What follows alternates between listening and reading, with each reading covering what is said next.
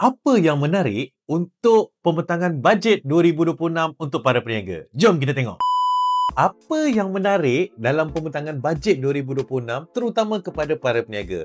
So, saya akan buat beberapa video. So, ini adalah video yang pertama. Okay, jom kita tengok. Antara perkara yang menarik adalah daripada segi personal relief ataupun pelepasan cukai. So, daripada pelepasan cukai, kita boleh tengok. Contohnya, antara yang diumumkan adalah untuk anak OKU dinaikkan sehingga RM10,000.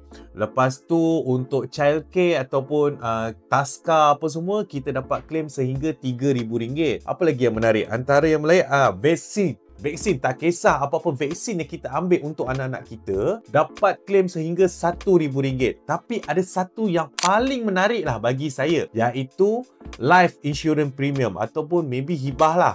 Kan? So, kalau sebelum ini kita hanya boleh claim berdasarkan hibah yang kita bayar ke atas diri kita. Contoh, saya awang, saya ada ambil hibah sebanyak RM100 sebulan. So, saya boleh claim setahun hanya RM1,200. Okey, tetapi mengikut pembentangan bajet 2026, life insurance premium ini dinaik tarafkan sehingga kita boleh claim untuk anak-anak kita sekali.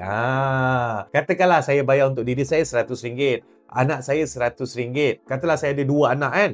So, total yang saya bayar sebulan RM300 dan setahun dia akan jadi RM3,600. Life insurance premium tu termasuk anak-anak kita tadi, kita boleh claim sampai RM3,000 satu tahun. Ini yang paling best. Kalau tak sebelum ni kan kita boleh claim pasal diri kita saja. So, bayangkan kita dah lah bayar untuk anak-anak kita tapi tak boleh claim.